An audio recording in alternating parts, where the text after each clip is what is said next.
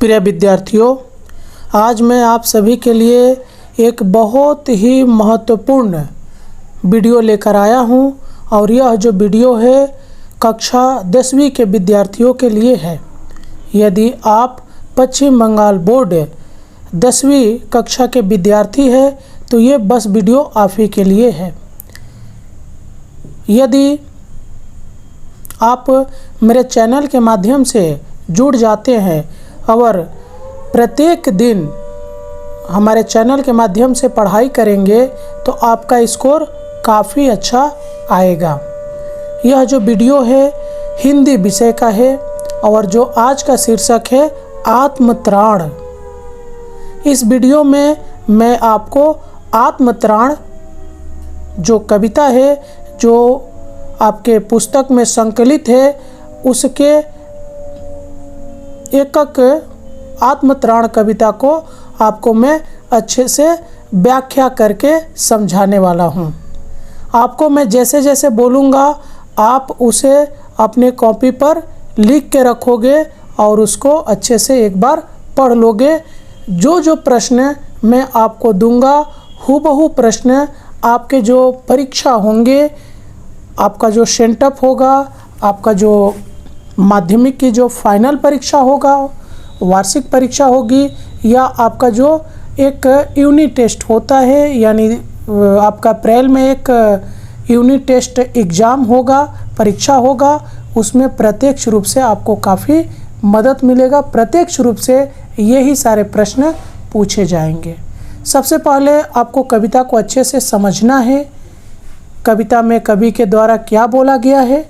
उसके बाद आपको मैं ये हमारा पार्ट 1 वीडियो है और पार्ट 2 वीडियो मैं बहुत जल्दी बना दूंगा। ओके, वीडियो को लाइक करना आप भूल जाते हैं, एक लाइक ज़रूर करके रखिए। आपका एक लाइक मेरे को अगले वीडियो बनाने के लिए मोटिवेट करता है। तो चलिए हम लोग आत्मत्राण कविता को अच्छे से समझते हैं।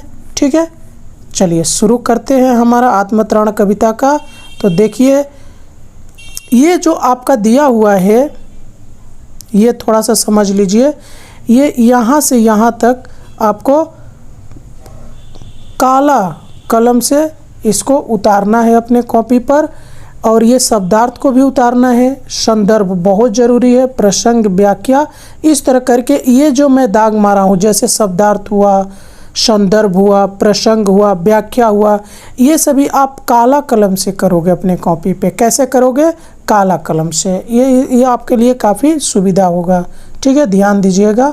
तो चलिए शुरू करते हैं कविता को कि विपदाओं से मुझे बचाओ, यह मेरी प्रार्थना नहीं, केवल इतना हो करुणामयी, कभी न विपदा में पाऊँ भय। शब्दार्थ देख लीजिए सबसे पहले कि विपदा माने होता है संकट, करुणामयी माने होता है करुणा से पूर्ण। करुणा का मतलब होता है दयावान, दयावान जो दया करता है। ठीक है। संदर्भ आपको परीक्षा में लिखना कैसे है, अगर इस तरह का आपका प्रश्न आ गया जिसको हम लोग इंग्लिश में लाइनिंग क्वेश्चन बोलते हैं, अगर इस तरह के प्रश्न आ जाएंगे, लाइनिंग क्वेश्चन आएगा तो आपको लिखना क्या होगा? सबसे पहले आपको जो हेडिंग यानी शीर्षक आपको हेडिंग बनाना होगा वो क्या होगा? संदर्भ। संदर्भ का मतलब होता है कि यह जो लाइन है, यह जो पंक्तियां है, ये कहाँ से ली गई है। तो आप देख रहे हैं आपको लिखना कैसे है? संदर्भ हेडिंग बनाकर कि प्रस्तुत पंक्ति हमारी पाठ्य पुस्तक पाठ्य संचयन में आत्मत्राण नामक शीर्षक से ली गई है और इसके रचयिता, या आप कभी भी लिख सकते हैं रचयिता के जगह पे सबसे अच्छा शब्द होगा कवि। इसके कवि रविंद्रनाथ टैगोर जी है। ठीक है। प्रसंग देखिए कि प्रस्तुत अवतरण में कवि विपदाओं से भयभीत न होने की प्रार्थना करता है। विपदाओं माने संकट। व्याख्या, कवि प्रभु से कहता है, हे प्रभु, मैं आपसे यह प्रार्थना नहीं करता कि आप मुझे संकटों से बचाओ, मैं केवल इतनी प्रार्थना करता हूँ कि आप करुणावान हैं, अतः आपकी करुणा पाकर मैं किसी भी संकट में भयभीत न हो। ठीक है, चलिए आगे देख लीजिए। इसको भी आपको उसी तरह काला कलम से लिखना है, ब्लैक पेन से लिखना है। और संदर्भ, शब्दार्थ, प्रसंग, काफ़ी अच्छे नंबर आएंगे आप मेरे बताए हुए तरीके से अगर आप काम करिएगा तो आपके लिए हिंदी का परीक्षा बहुत आसान हो जाएगा। 2 नंबर देखिए कि दुख ताप से व्यथित चित्त को न दो सांत्वना, नहीं सही पर इतना होवे करुणामयी, दुख को मैं कर सकूं सदा जय। शब्दार्थ, दुख ताप यानी दुख और कष्ट, व्यथित मने दुखी होता है, चित्त मने हृदय, आप समझ ही रहे हैं, सांत्वना यानी तसल्ली, यानी हम किसी को तसल्ली देते हैं। जय मने विजय, जीतना। संदर्भ, प्रस्तुत पंक्ति हमारी पाठ्य पुस्तक पाठ संचयन में आत्मत्राण नामक शीर्षक से ली गई है। इसके कवि रविन्द्रनाथ टैगोर जी है। आप रचयिता के जगह पे कवि लिखेंगे, काफ़ी अच्छा होगा। प्रसंग देख लीजिए कि प्रस्तुत अवतरण में कवि ईश्वर से प्रार्थना करता है कि वह उसे विपत्ति में धैर्य प्रदान करे। आप उन दुखों को सहन करने की शक्ति अवश्य देना, उन पर नियंत्रण करने की ताकत जरूर देना। ठीक है, अगला देख लीजिए। कोई कहीं सहायक न मिले तो अपना बल पौरुष न हिले, हानि उठानी पड़े जगत में लाभ अगर वंचना रही तो भी मन में न मानू क्षय। सबसे पहले शब्दार्थ देख लीजिए। बल मने क्या होता है? शक्ति। पौरुष मने शक्ति, वीरता, पराक्रम, हिम्मत। जगत मने संसार।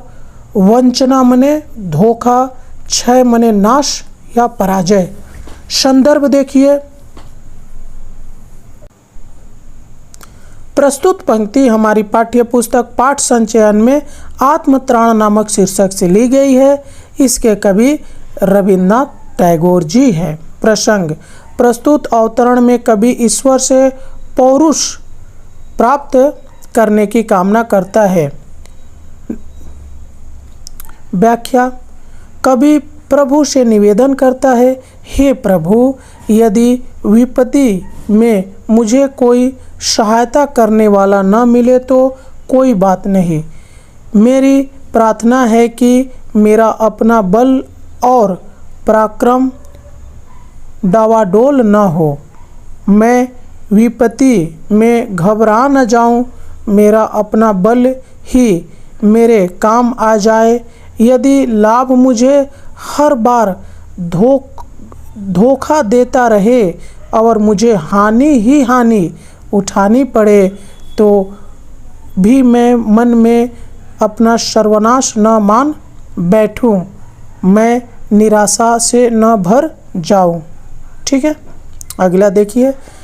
मेरा त्राण करो अनुदिन तुम, यह मेरी प्रार्थना नहीं, बस इतना होवे करुणामयी, तरने की हो सकती अनामय। सबसे पहले शब्दार्थ आपको लिखना है कि त्राण का मतलब होता है रक्षा, भय से बचाना।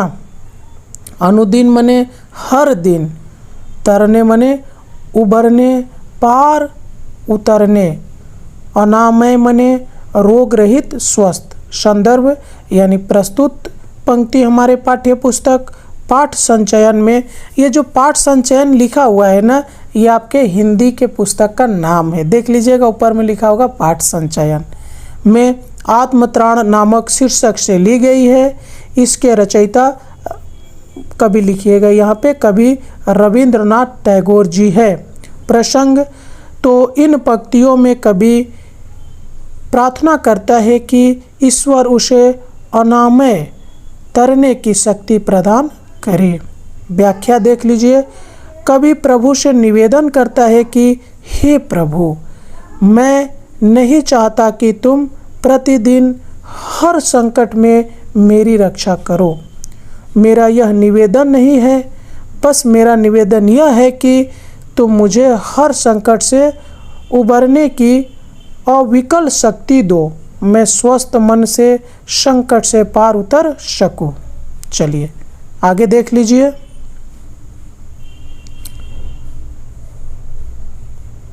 मेरा भार अगर लघु करके न दो सांत्वना, नहीं सही केवल इतना रखना अनुनय वहन कर सकूं इसको निर्भय। शब्दार्थ, लघु का मतलब होता है छोटा या कम, अनुनय मने प्रार्थना, विनयपूर्ण निवेदन, वहन मने उठा दो, उठा या ढो, निर्भय मने भय रहित। संदर्भ, तो प्रस्तुत पंक्ति हमारी पाठ्य पुस्तक पाठ संचयन में आत्मत्राण नामक शीर्षक से ली गई है। इसके रचयिता रविंद्रनाथ टैगोर जी है। आप कभी लिखोगे प्रसंग, प्रस्तुत अवतरण में कवि ईश्वर से निर्भय होकर दुख वहन करने की शक्ति चाहता है। व्याख्या, कवि कहता है, हे प्रभु, हे मेरे प्रभु, यदि मेरे दुख में आप मुझे तसल्ली नहीं देते तो न दे। मैं मानता हूँ कि इससे मेरे जीवन का दुख भार कम नहीं होगा। मैं उस दुख भार को सहन कर लूँगा, परंतु आपसे विनयपूर्ण प्रार्थना यह है कि आप मुझे इस दुख को सहन करने की शक्ति दे। कहीं मैं दुख की इस घड़ी में भयभीत न हो जाऊं, इतनी शक्ति अवश्य दे। आगे देख लीजिए।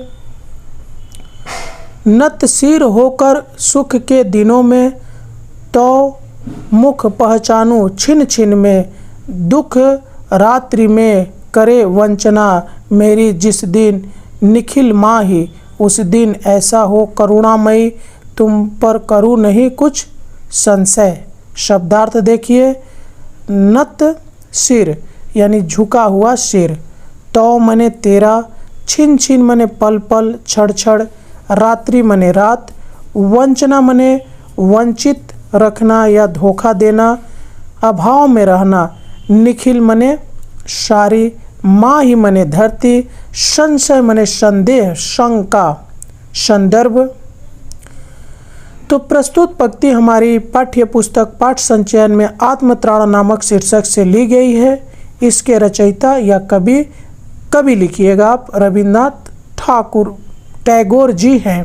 प्रसंग, प्रस्तुत अवतरण में कवि ईश्वर से प्रार्थना करता है कि वह उसे ऐसी असीम शक्ति प्रदान करे कि वह उस पर कभी भी संशय न करे, यानी संदेह।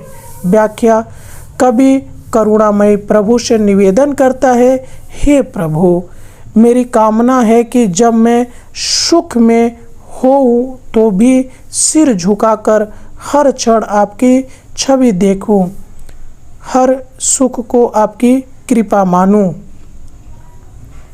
ठीक है, जब मैं दुख की रात से घिर जाऊं, सारे संसार के लोग उस दुख में मुझे और भी पीड़ा पहुंचाए, धोखा दे, तब भी हे करुणामयी ईश्वर, मुझे इतना शक्ति दो कि मैं आप पर किसी प्रकार का संदेह न करूं, मेरा मन में आपके प्रति भक्ति भाव बना रहे।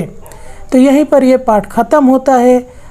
यदि आप इसके पहले मैं रैदास के पद बहुत ही विस्तृत तरीके से व्याख्या किया हूँ। यदि आप वो वीडियो नहीं देखे हैं तो हमारे चैनल के प्लेलिस्ट में जाइए, जिसका नाम लिखा हुआ है क्लास 10 हिंदी, वहाँ से वो आपको वीडियो मिल जाएगा। पार्ट वाइज है, पार्ट 1, पार्ट 2, पार्ट 3, जैसे ये मेरा वीडियो पार्ट 1 था। चलिए मिलते हैं किसी और वीडियो में, तब तक के लिए जय हिंद।